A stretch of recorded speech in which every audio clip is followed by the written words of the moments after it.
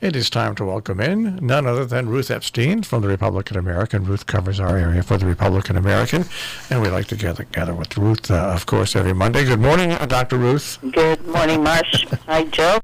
Hello, Ruth. Here we are again. Yeah. It's Monday. Monday. If it's Monday, it must be, what is it? If it's Tuesday, it must be Belgium. If it's Monday, it must be Kent. There you go. All right. So it looks as if the middle school sports program will go ahead. It appears that 4 out of the 6 have approved it, the boards. It goes to ABC tomorrow night, and it probably will go into effect in the coming year. It's going to be interesting. I'm not for it or against it. I think it's got more things against it, against it than it has for it. But that doesn't mean that it can't be worked out. I just think parents and kids are really going to have to be, and students, really patient, because it's going to, I don't care how well they plan it. And they've said that. They know it's going to have bumps. But the transportation thing is huge, and that's come up at every single meeting. Parents have had concerns, and if it fails, some of the surveys have said the kids, the parents are against it and the kids don't want it. So we'll see what happens when it's pulled out. But as they keep saying, they don't have an alternative because there will be no sports teams in most of these schools. Just don't have the numbers.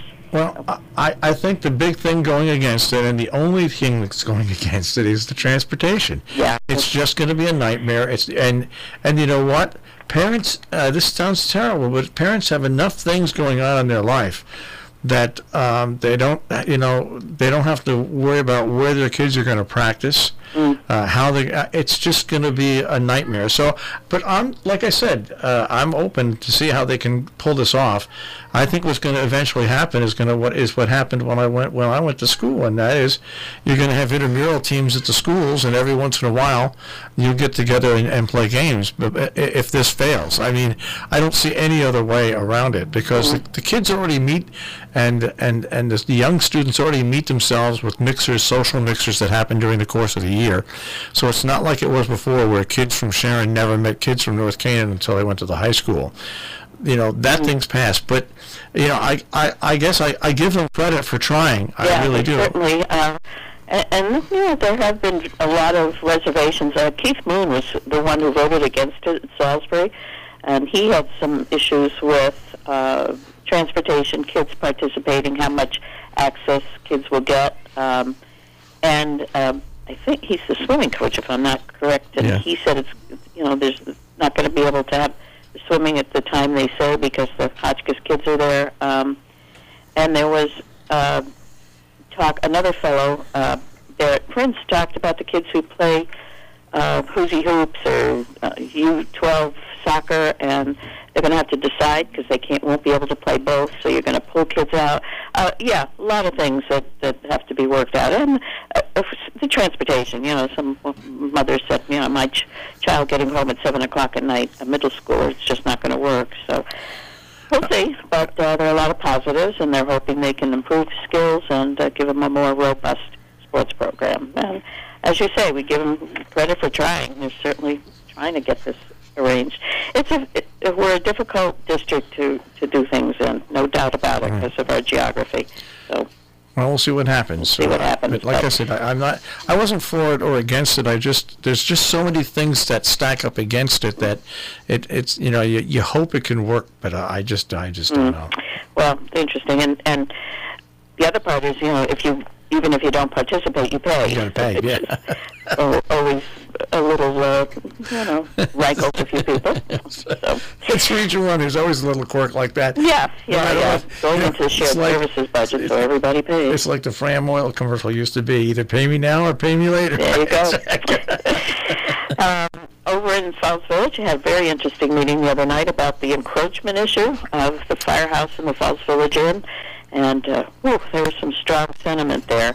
The firehouse is built 4 inches on the inn's property, and they have been trying to seek a resolution for years now. And Henry Todd, first selectman, just wants to avoid court because he said it's going to cost a fortune, and the judge is probably going to say, you guys work it out. If after all the lawyers' fees. So, but a lot of people were concerned because the inn will give some land if it has restrictions on the use of the building, and people were very upset that the inn could dictate what businesses can go in there. So now, is it actually the firehouse or firehouse property that's for?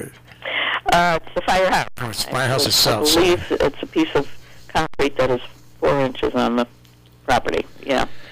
So they do not want another sit-down restaurant or an automotive shop, and so we'll see what happens. It's going to be interesting. And the selectmen just want to avoid a long, embattled court case. Mm.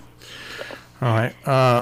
And then we had the septic meeting in Cornwall, wastewater, and that's moving forward. They're going to be applying for a USDA grant, and we'll see what happens there. All right, we've got the Town of Sharon Historic District Committee meeting tonight at 6 in Cornwall. The Zoning Board of Appeals meets tonight at the Cornwall Library. The Town of Kent, your town, has an Inland Wetlands Commission meeting tonight. The Conservation Commission, that's Sheffield. You don't want to know about that.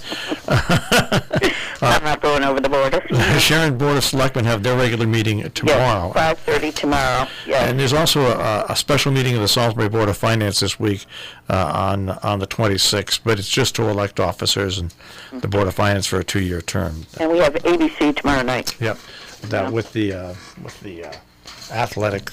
It will come to a vote, right? And on Thursday we have the community Thanksgiving Day luncheon at Pilgrim House in North Canaan. And we always remind people that that it's absolutely free. This is not. You don't have to be lacking of food to go there. I mean, if you are lacking of food, please go. Yes, absolutely.